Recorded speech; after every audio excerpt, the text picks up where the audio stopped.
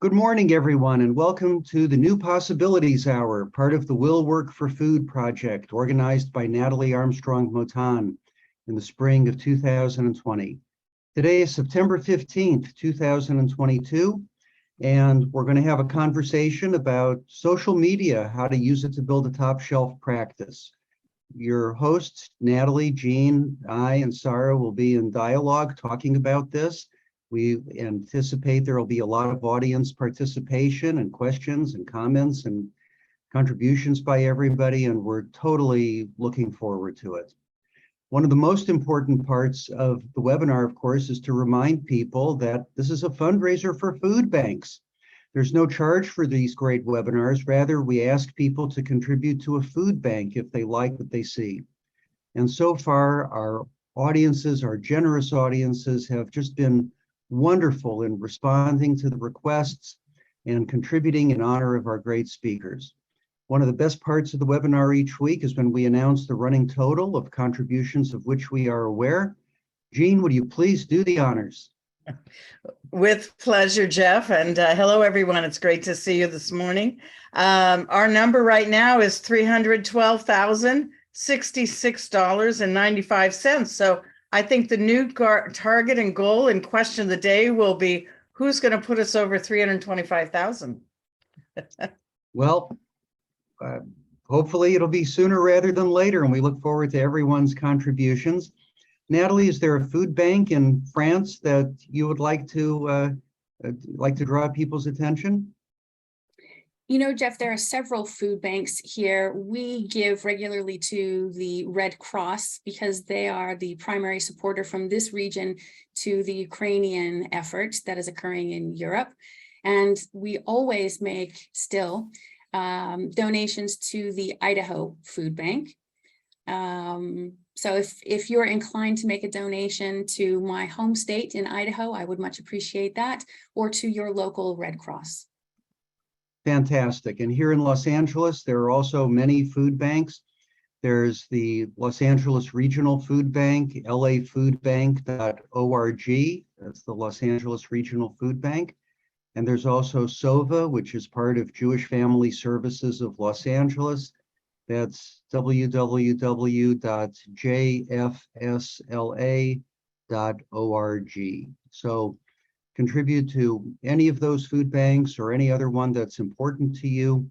Please let us know by email. We will be delighted to add it to the running total. And we thank all of you so much for all of the contributions you have made to fight food insecurity over the time that we have been running these webinars. Thank you. Now, let's talk about social media. Natalie, I have a few questions for you. First, let's take a historical view. Social media existed before the pandemic and the lockdown began, indeed, before we even started doing these webinars, if people's memories run that far back. And can you give a bit of a historical view on how you viewed social media before the pandemic and lockdown and the evolution of it, because it has changed quite a bit over the last 2.5 years. And then we'll talk about how we go towards the future. Could you give us a historical recap, please? Yeah, absolutely. My pleasure. So social media was, for us, a great kind of, replacement to the trifold brochure that we all used to have on the coffee table in our lobbies. Is anybody old enough? Am I the only one who remembers that? You were required, I think, by law to have a trifold brochure in your lobby and a stack of business cards right next to it. Then the internet came around in the mid-90s, and a few of us paid thousands and thousands and thousands of dollars to have decent websites. And that's where we sort of started. The internet progressed greatly. Our use of it, though, really did not, until we had to get really creative. Now, I know I'm a geek, a bit of a nerd. I think it's fun. I think it's a lot of fun. And some people find it difficult to make real connections using social media. But I think, Jeff, that when you really use the tools that we have at hand, you can make real authentic connections on social media and convert what would be a prospective client into a paying client. And the primary changes that I see in our industry is the not just acceptance, but expectation that we use intelligent social media like podcasts, videos, newsletters, surveys, online calendaring. All of those kinds of things are expected of us. And when we don't have them, we don't necessarily get marks against us, but when we have them, we sure do get the extra credit. So Natalie, is it your advice that LinkedIn is the biggest medium, the biggest of the social media for our business development and marketing purposes? Jeff, I think that it depends on your practice. How's that for a mediator's answer? It depends. You sound like a lawyer. It depends. Right? If your practice is primarily unrepresented parties, then you might do better on Facebook or Instagram as opposed to LinkedIn. But if your primary, secondary, tertiary, even target markets or sources of referral are other businesses or are more sophisticated consumers, are the representatives, the advocates in the processes, then LinkedIn is where you need to live and breathe all day long. So Natalie, when somebody comes in and let's say they're asking you for advice, I know there will be a certain extent to which it depends, but let's start with some of the basics of how it's done today. What do you tell people about how frequently they ought to be posting on LinkedIn? It used to really depend on the platform, but not so much any longer. There are limits on some platforms, and so we do try to abide by their algorithmic preferences or even requirements. So if you're on Twitter, for example, you can post all day, every day, as often as you want, no harm, no foul. If you want to tweet something every 30 seconds, as proven by the last American president, you are more than welcome to do that. On Facebook, you can put up anywhere from 1 to 3 posts every single day, and you're just fine doing that. The same on Instagram, the same on TikTok. LinkedIn, however, is a bit different. LinkedIn's algorithmic preference is looking for quality, not quantity. And so on LinkedIn, what they're looking for is one really, really good post per day, not more. You don't have to post every day. You could post 2 or 3 times per week, which is, the recommended amount, but not more than once a day. So if you want to be active on LinkedIn and log on and look at your connections posts and then share them, comment, like, and share them, you need to do that on the days that you are not posting on behalf of yourself and your practice. So about twice per week, but at the very most once per day. And why is that the recommended number of posts, Natalie, 2 or 3 per week? 2 or 3 for our industry, Jeff. It's the psychographic preference of our consumers that we really want to mind carefully. And as neutrals, I think that it's important that for example, we don't advertise, we publicize. And the posts that we put forward are something of value, something of benefit, something that the reader or the viewer maybe can take action on, something that helps them or helps their clients. It's a resource to them. And if we're posting all the time, all day, every day, and pushing, then it starts to feel a bit aggressive. So if you disagree with me entirely, which is absolutely fine, and you want to post something every day, then I would suggest that your posts are a little more gentle, a little less. Turn the volume down just a touch. And if you want to be a little bit more forward in your communication, then the space in between posts needs to be a bit longer. So 2 or 3 per week. And that's all. But you can absolutely disagree, and you can run your social media the way you want. LinkedIn has some fantastic tools for analysis. So when you post something, you can hit the analytics button on that post. You can see who's looking at it, how many people are looking at it, how many people commented, liked, shared, You can see what their profession is. You can see where they're located. There's a lot of information that you can gather from each one of those. And if you were inclined to, you could look back over the last 30, 60, 90, 120 days and put on a Gantt chart the most successful posts. What time did you post them? What days did you post them? What general kind of content you were posting that garnered the best results? Natalie, one thing that I've noticed about LinkedIn is that many of the posts seem to be longer. Many of them are, well, there are many of them I look at, and I think this post really should begin with the words, "Dear Diary." And the nature of some of the posting on LinkedIn has changed. So let me ask you, are there any general rules about value? You said the post should add value. What are the general rules for content that has value on LinkedIn?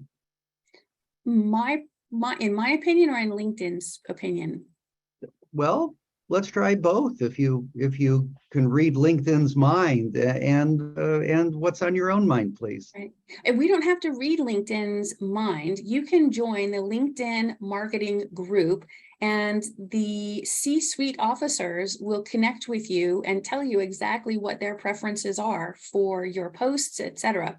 And so if you're in that group, you get regular messages. They just tell you what they prefer.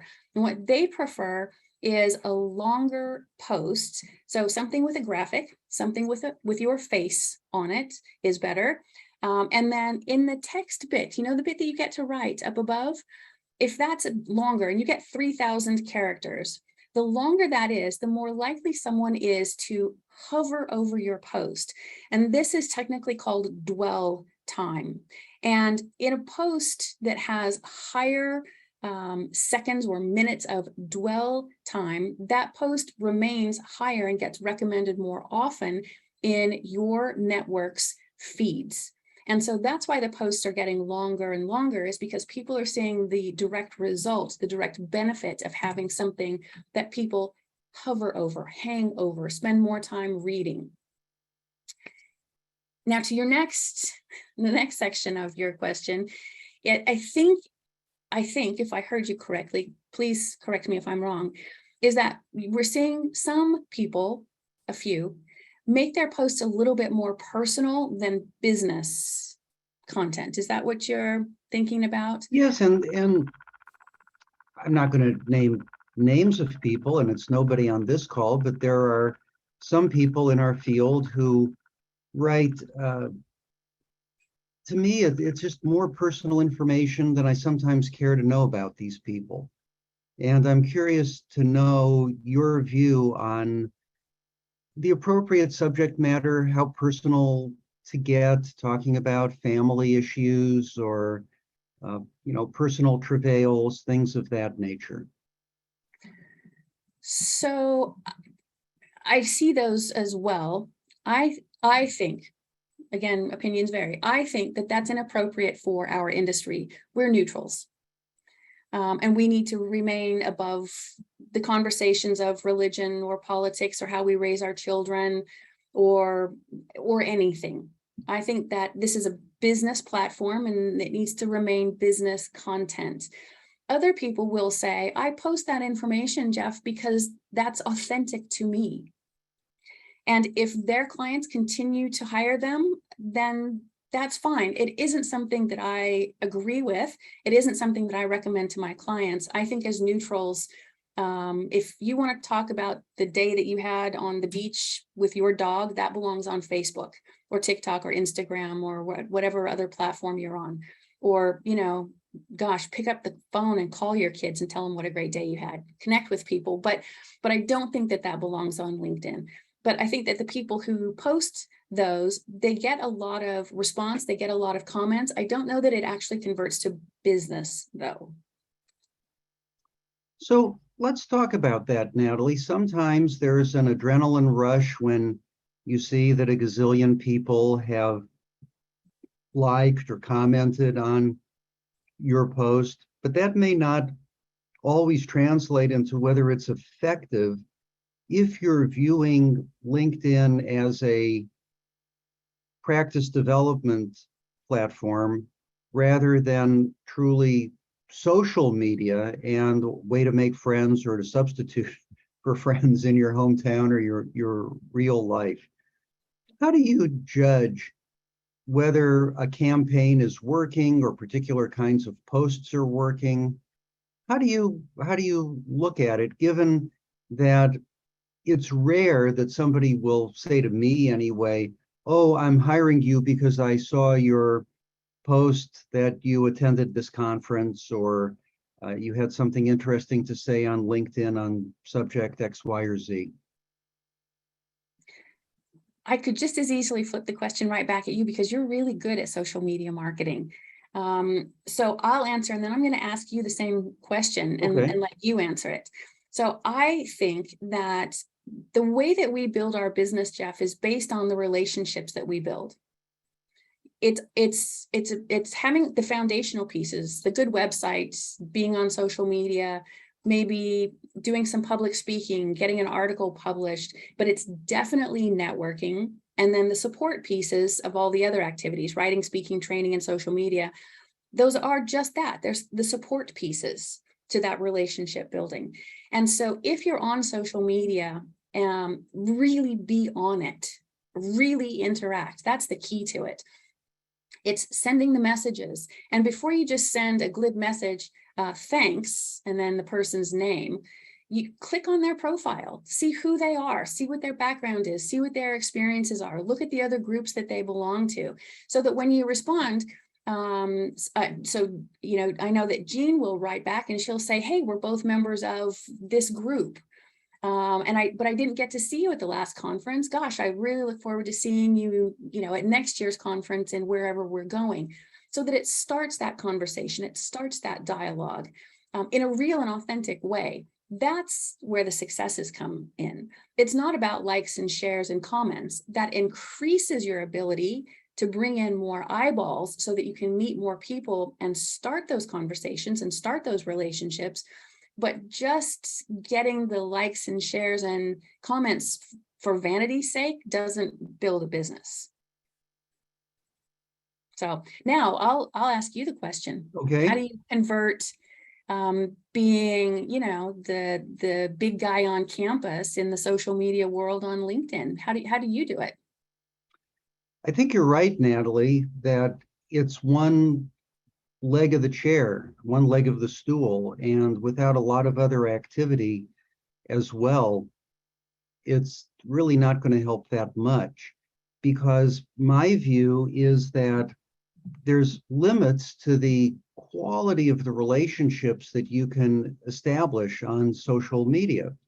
Indeed, much has been written about the negative effects of social media. A recent book, Stolen Focus by Johan Hari, highlights this quite well, that it's designed, social media, all of them are designed by their promoters and creators to have addictive qualities, to keep you scrolling and ultimately looking at advertising. And LinkedIn, we don't pay for it. So if you don't pay for it, you're really not the customer, you're the product.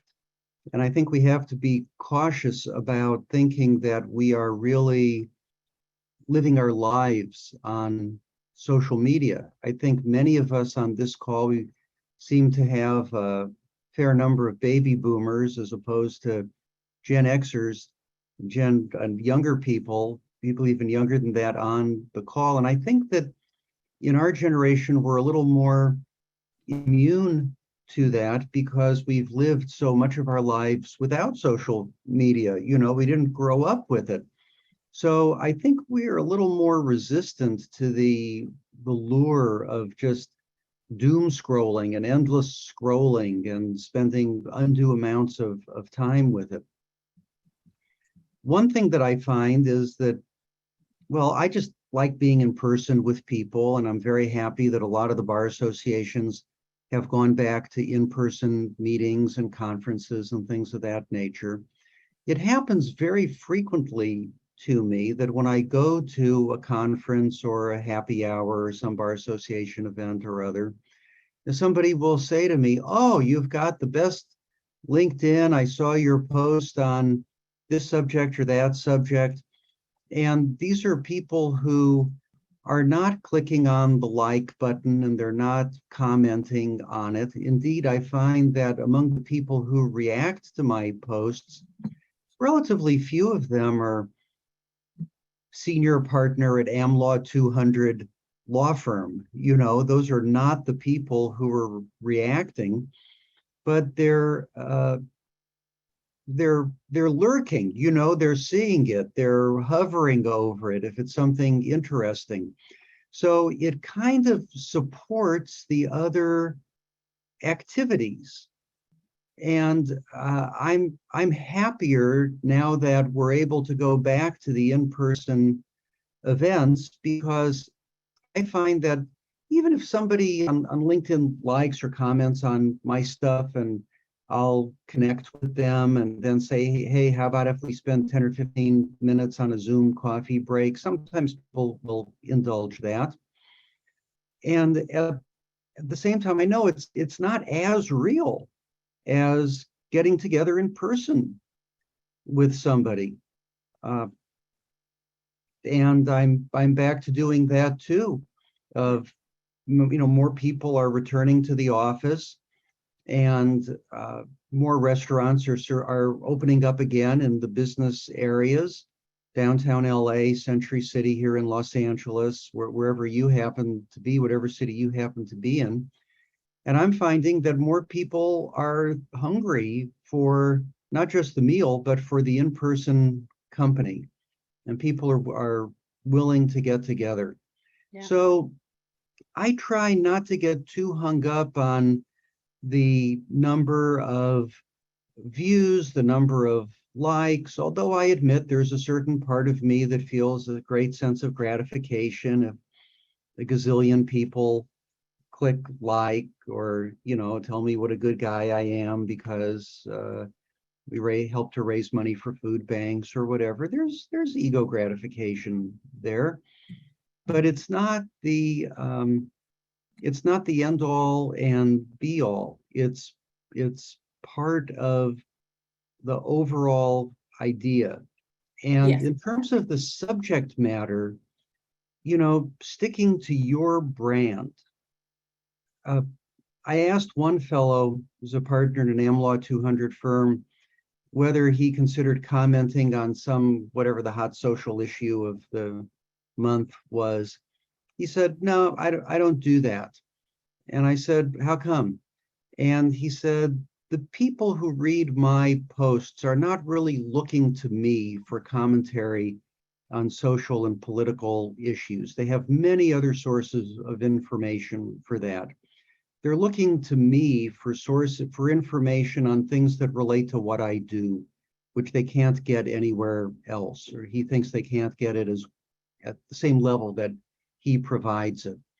One person whose posts I very much admire in that regard is Dr. Mark Hyman, Hyman, who's a leader in the field of functional medicine, which is something that I follow very closely. And his posts are all about diet and nutrition and health and relationship between the mind and the body and things of that nature. Functional, integrative, bioenergetic medicine. That's all he posts about.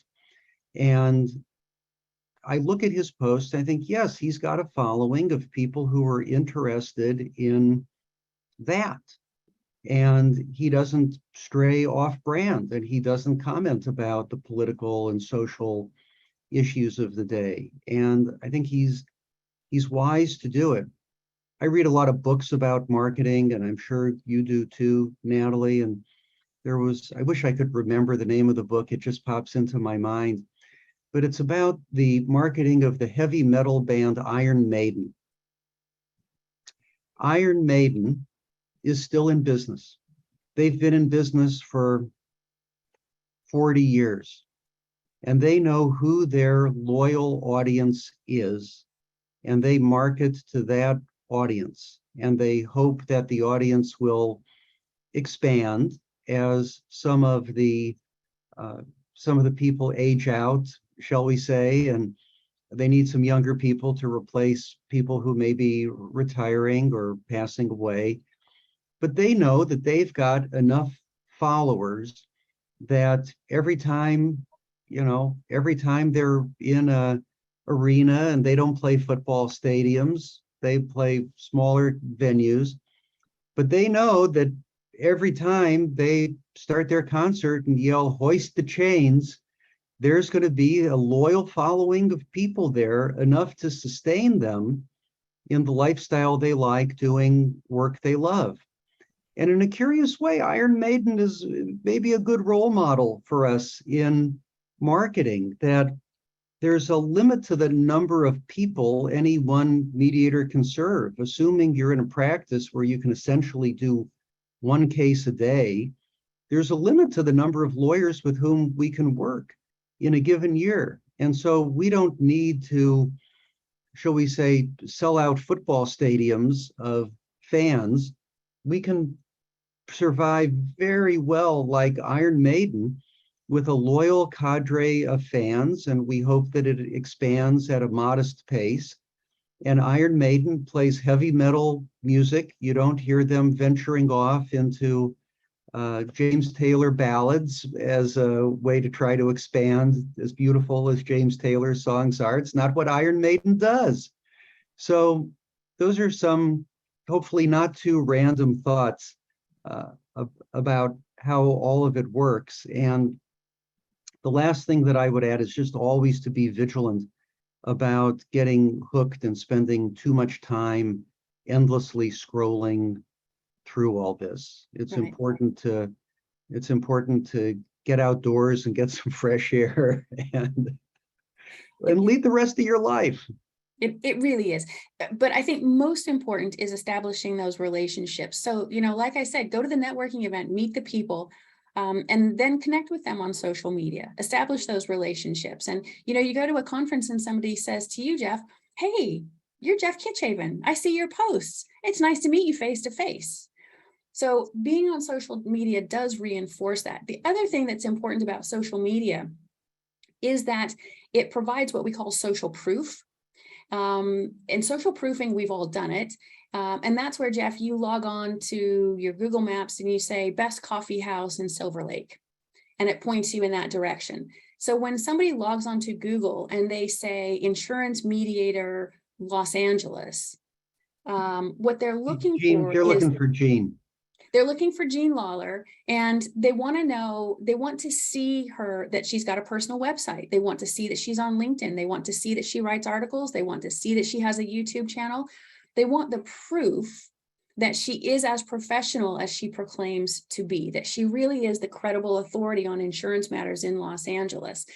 If she's not there, it makes it much more difficult for her in that face-to-face or in that follow-up for her to convince folks. But when she has a really solid presence and they do research us, don't fool yourselves.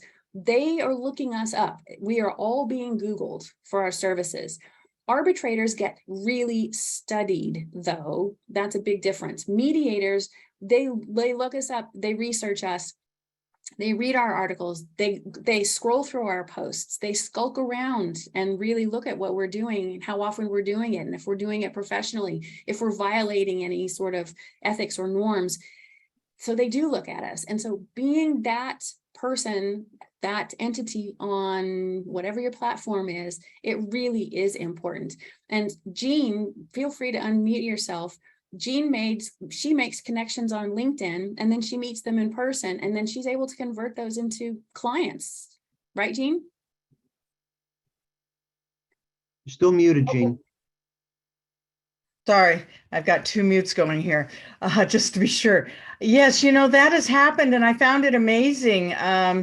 I was hired by some lawyers in Tennessee and New York and New Jersey, and I asked, "How did you find me?" And they said, "Well, because of LinkedIn." And then we did have other connections through some other groups, maybe, but that was it. And yesterday I was at a privacy retreat, it was called, and it was Orange County Privacy, OC Privacy Group, if any of you are in it, on LinkedIn. There are 800 and some followers. And it was such a surprise to me because out of the blue, someone sitting in front of me turned around and said, "Oh, Jean Lawler, I follow you on LinkedIn. We're connected." And so then we started chatting and, became great friends within a couple of hours of going back and forth. But then another woman did the same thing. And then more people at the end. It was really an amazing thing to see. So it does work that way. Yeah. Yeah. But it's not instant. Right. It's definitely not a sprint. It's a marathon, and it takes consistency and tenacity. Same traits that you use in your mediation room, you have to use in your marketing. And Natalie, that's no different. Occasionally we do get lightning in a bottle, and you meet somebody and you hand them your card and they hand you their card and they call you the next day for a case. I've been a mediator 27 years, and I can't say that's never happened, but it's happened a small handful of times in 27 years. It takes time, and it does take consistency. And we know that familiarity and similarity are the keys to establishing trust with the people we serve. We still have the ability to embarrass lawyers in the eyes of their clients. And so lawyers need to trust us deeply before they will recommend exposing themselves to the possibility of our showing them up or making them look bad in the eyes of their clients. And so that consistency. I understand exactly what Jean says about the showing up and then having somebody recognize you or say they've seen your LinkedIn posts or whatever. And indeed, I've had that happen many times. And interestingly, if you type into Google or any of the other search engines, any of our names, but particularly on Google, the first thing that generally comes up is your LinkedIn profile. That's the first thing. I know that when I'm working with lawyers and I want to learn a little bit about them, I'll put their name into a search engine, thinking that the first thing that will come up is the website of the XYZ law firm, big AmLaw 200 law firm in many cases, where these people practice. And no, on many of the search engines, the law firm where they practice will come up fourth or fifth or sixth or even on page 2. But the very first thing that comes up is their LinkedIn profile. So having that organized in a way that one of the things you told me, Natalie, is not just to leave that there's that area next to the top, next to your headshot, where you can put something. And so many people leave that blank. And indeed, for a while, I had left it blank until you highlighted that to me. And there are some people who really use it beautifully. I was at a conference earlier this week, actually, a patent law conference, and Andre Iancu, who was director of the Patent and Trademark Office in the previous administration, he was one of the keynote speakers, and I know him. He lives here in Los Angeles. But I took a look at his LinkedIn just to see how he does it. And he has a beautiful picture of himself with school children. I guess he's teaching school children about the value of patents, the patent system, and strong intellectual property protection. But I looked at that picture, and if you go take a look at Andre's LinkedIn, you'll see what I mean, that picture really is worth 1,000 words.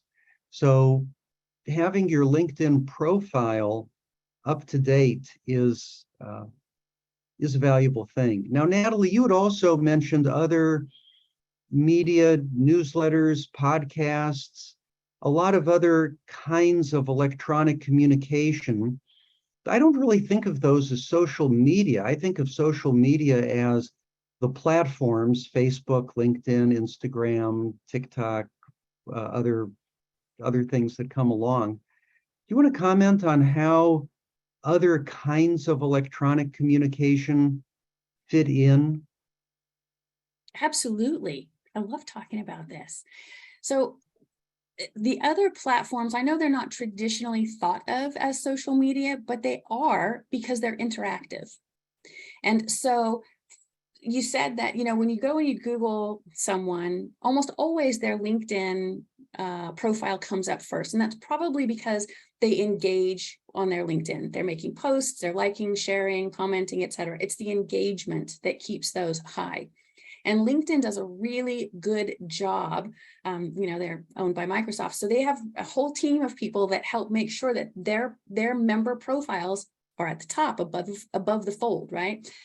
But if, for example, you have a YouTube channel and you're posting regularly videos on your YouTube channel, little videos, longer videos, they can be little TikTok size, bite-sized informational videos, they can be interviews, they could just be a podcast. You don't even have to actually have the video camera on. And in fact, YouTube is in beta right now for having YouTube podcasting available. But the reason that being active on YouTube and doing it right, using hashtags, using descriptions, tagging people, posting on a regular basis, etc., why that's important is because Google owns YouTube.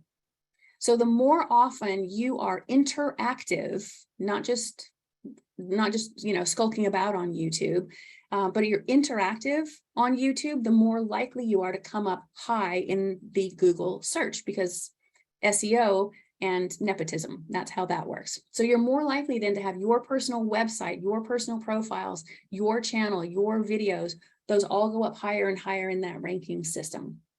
And video is one of the greatest things that we have access to. It is going to not just become the norm, it really is going to be expected of us. And for those of us who are a certain age, it's a bit strange, it's new to us.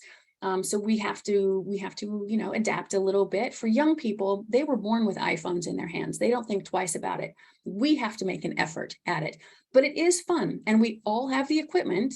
We're all here. So I know we have the equipment. You can just turn on the YouTube, turn on the camera. To have a YouTube channel costs you nothing. You need a Gmail address and a little bit of time. You set it up, you can use canva.com to create the graphics for your platforms, for your YouTube channel, etc., and record videos and post them.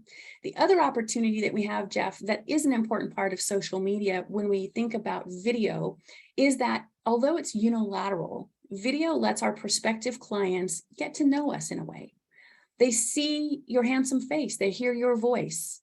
They understand that you can put two sentences back to back in a cogent fashion, that you know what you're talking about, that you're fast on your feet, that you're witty, that you are whatever you are. When you're authentically you and it's on video, they have met you to some degree. And that is really important in our industry because not only do people have to know that we exist and like us, they have to trust us. And the video gives a really nice jumping off place for that to occur.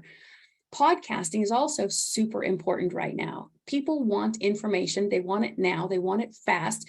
They want it in a multitasking scenario. So whether or not they're listening to you on YouTube or listening to you on a podcast, while they're doing the dishes or vacuuming the floor or walking the dog or whatever it is that they're doing, they're at the gym, whatever, they're looking for that information. Americans in particular want to be able to multitask and get that information. I use my time on the treadmill to listen to James Taylor. I like the zone out time. I like the private time. And then I listen to podcasts when I'm doing other things, when I'm in a mindset for business. But it's really important. And you can log on and look at some really good examples of other people's YouTube channels. And one of the questions I get often is, yeah, but I'm a neutral. I can't talk about anything. Well, you can't talk about your cases. You can't talk about your clients, but you can talk about the skills we use, the way we negotiate, the verbal judo that we use. You can talk about other cases that have been made public. You can respond to case law. You can respond to lots of different things. So you can do little short videos that aren't scripted. They need to be you. So if you stumble on your words, leave it in the video because that's authentically you. Now, if you get something wrong, obviously go back and re-record that, but you don't have to be perfect. You need to be approachable. You need to be yourself. So all of those other kinds of non-traditional social media platforms, you can go live on video using LinkedIn. You do need a third-party restreaming service. So you can go live and you can comment. People are asking questions. I go live every Monday morning with marketing information, and people are in the chat. Well, what do I do with this? Well, how do I do that? What's that button? What's that resource? How do I click that? I don't understand. And it's interactive. And that's why being on video, being on podcasts, being on these other platforms works, because there's a give and a take. It's the establishment of a relationship. And that's all up posted on your YouTube channel. And yes, when you go live, it goes on your LinkedIn. So it's a post. And it goes to the YouTube channel. So it's there. Unless I take it down, it's there. It's included in the library. It can go to Twitter. It can go to Facebook. It can go, I use a service called restream.io that has, it's so easy to use. It's like using Zoom. You record, but it goes live across, I think I can choose from 33 different platforms. So I click one button and I'm live on all of those platforms.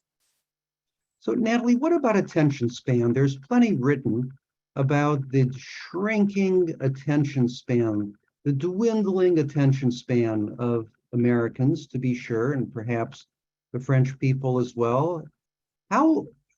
There's a lot of podcasts out there that are, well, they seem to go on forever, but in fact, they're only 30 minutes long. So how long can you expect to hold people's attention, particularly if you're trying to appeal not to a bunch of other mediators, but rather you're trying to talk to the clients, people who might hire us and use our services and don't have the same keen interest in the nuances as we do?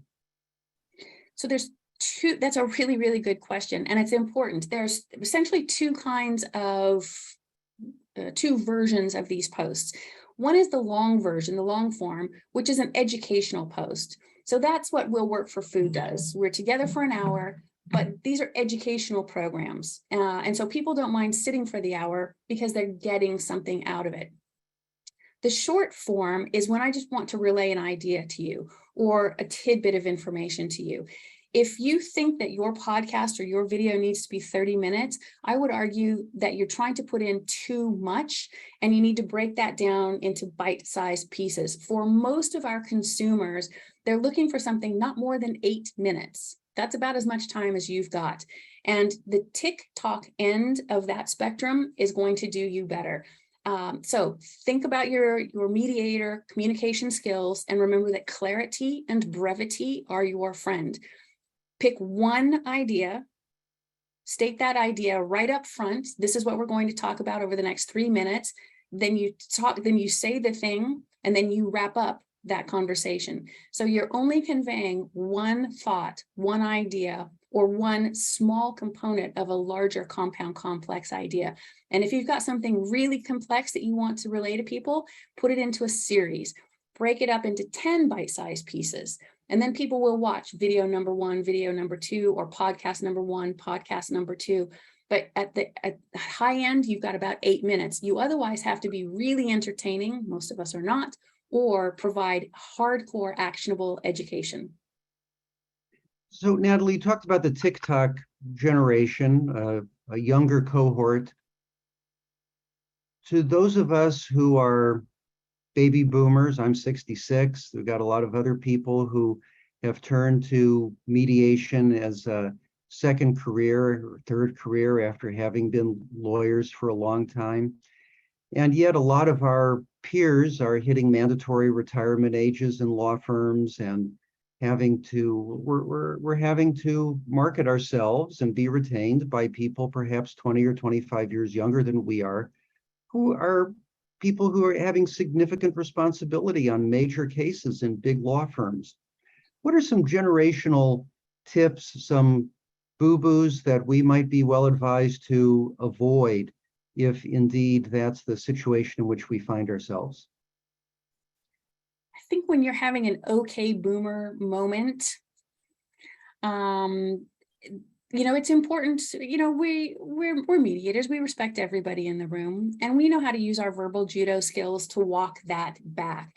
Using those same skills, we can use that in our marketing. So we don't want to talk down to those people. We can educate, we can encourage, we can mentor, but always, regardless of who the client is, regardless of their age, regardless of the demographic or the psychographic, regardless of all of that, we have to be saying or doing something that resonates with them. So if you tell me that your primary target market are 25-year-old Harvard students, then we're going to choose a much different form of communication than your really beautifully executed red background, white text, you know the difference campaign. They don't know the difference. They don't have that information yet.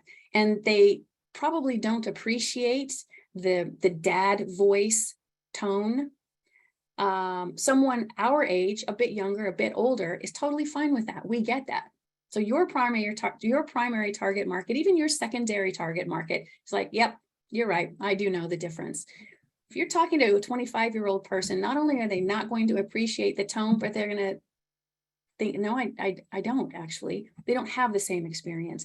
So we have to deliver those experiences, those little educational bits in teeny tiny increments, because they really truly have been born and raised on the internet, and they have the attention span of about 30 seconds.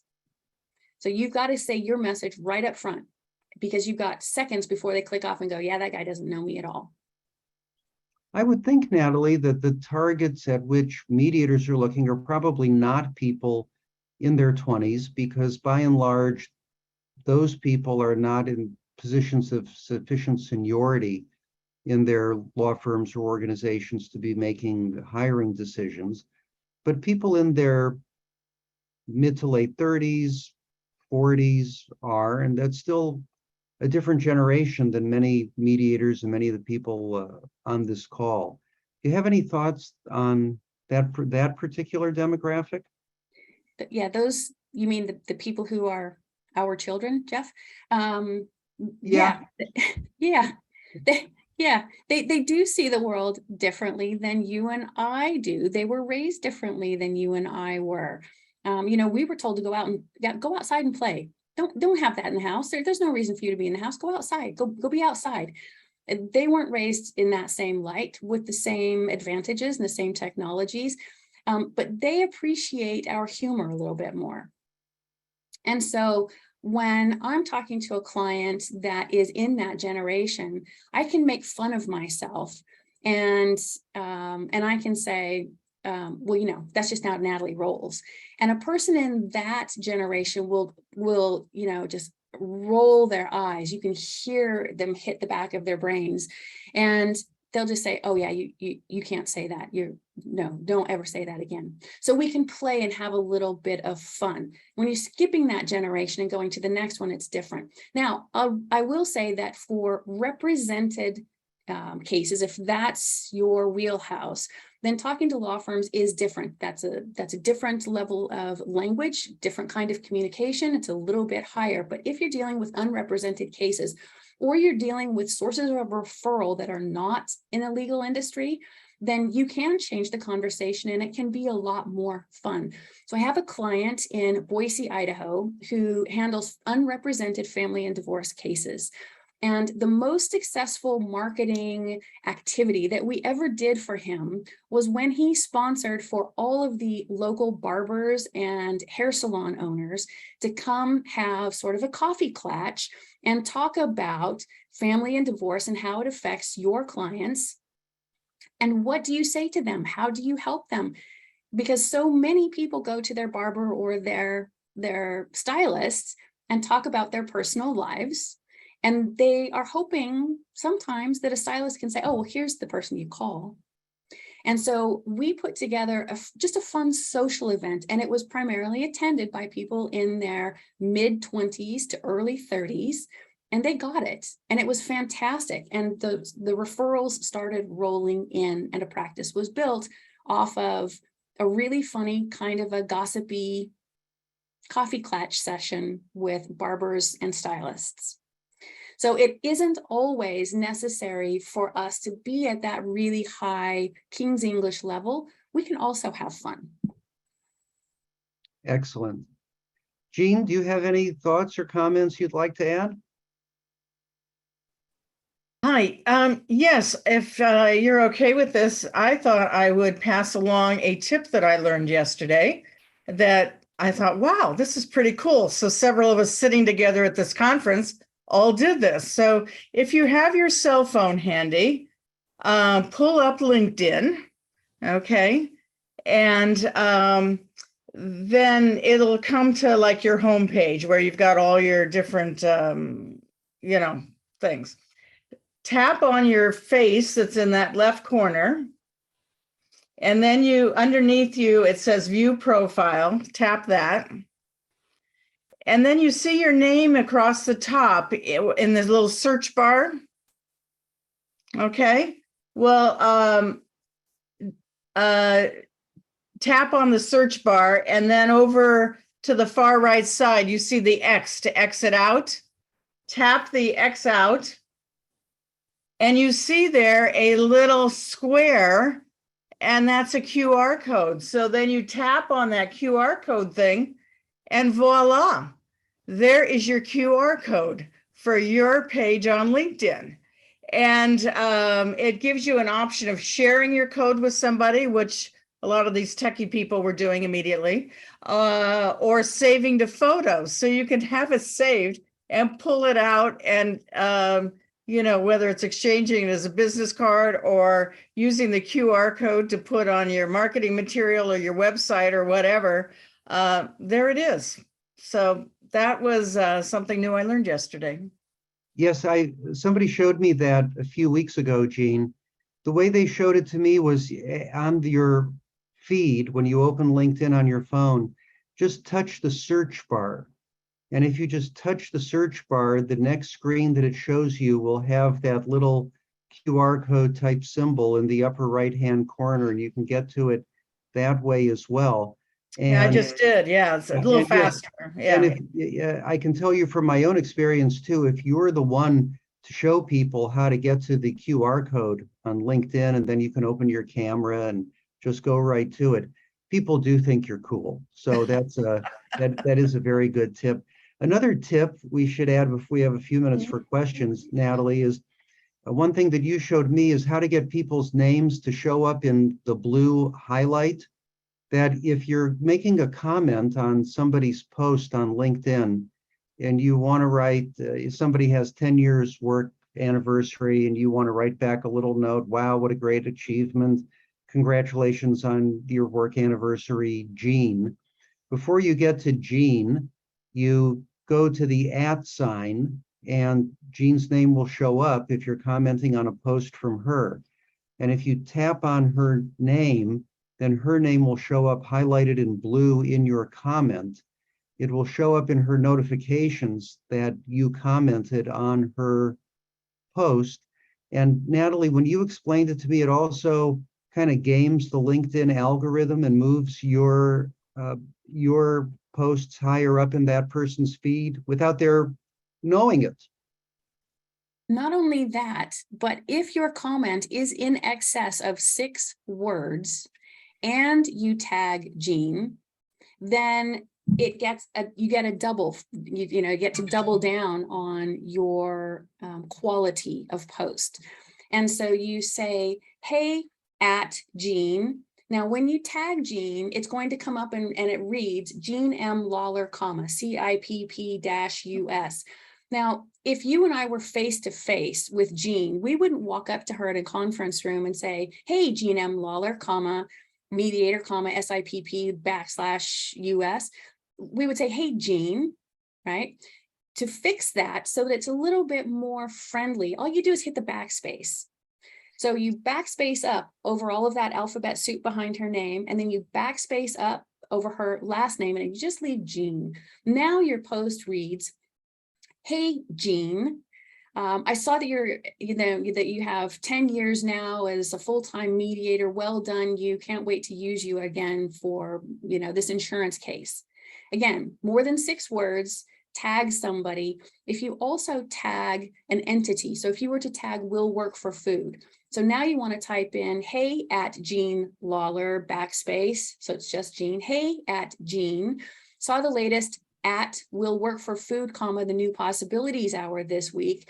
Great advice on how to get your QR code when you're networking in a conference. Now, more than 6 words, and you've tagged somebody and you've tagged an entity, you're going to blow the LinkedIn algorithmic minds.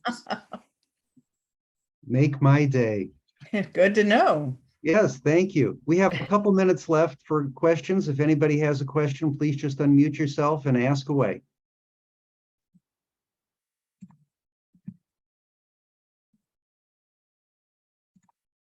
Well, perhaps all these people who have turned off their videos have simply fallen asleep, Natalie. I don't know.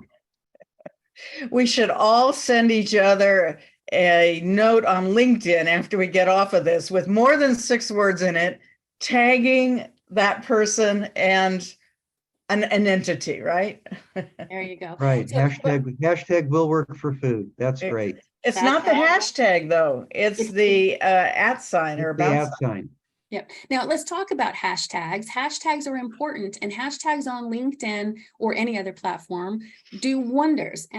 Hashtags are designed to, in the same way, gosh, I sound really old today. In the same way card catalogs at the library put like information in the drawer, hashtags do the same. So when you put in hashtag mediate, hashtag mediation, hashtag insurance mediation, hashtag settlement, whatever your hashtags are, it allows the internet, not just your platform, but the internet, to put your information into that topic category. It makes it easier for the internet to know where you belong in the greater search on the web. And so using appropriate hashtags compartmentalizes your information. So you can use it to keep your information relevant and at the top, so that when somebody searches for mediation, your information is more likely to come up because the internet has categorized you by hashtag. But you can also use it as a research tool. So when you go to LinkedIn and you've got the search bar at the top, put in hashtag mediation, and you'll be connected with every other mediator's or every other litigator's notice, PDF, article, or post that was also hashtagged as falling under that category. And so using hashtags, you use them on your YouTube channel, you use them on your posts, you use them in your newsletters, you use them on your website, everywhere. Hashtags help the internet categorize you. Bonita, you've got a question. You can go ahead and unmute yourself. Yes. I'd like to connect with event planners who book speakers, and I've heard LinkedIn is a good way to do that, but I haven't figured it out yet. Can you shed some light on that? Sure. So you can just search event planners. You can search, there are groups. Find a speaker, be a speaker is one group. And you upload your resume. There are matchmaking sites if you want to be a guest on a podcast or a video channel. So you can Google podcast matchmaking, YouTube channel matchmaking. You can just Google those and those search results will come up. And is there something, I've heard that second connections are better for that, but I don't, is that true or no? First connections are always better, just like they are in real life. Okay, thank you. Sure. Okay, my friends, we are about out of time. Natalie, Jean, this has been a terrific conversation. Thank you so much for sharing so generously of all of your expertise and information. Natalie, thanks to everybody who attended today. Please remember the Red Cross. Please remember the Idaho Food Bank. Please remember Jewish Family Services of Los Angeles and the Los Angeles Regional Food Bank. It's been a delight being with everybody today. And with that, we are complete.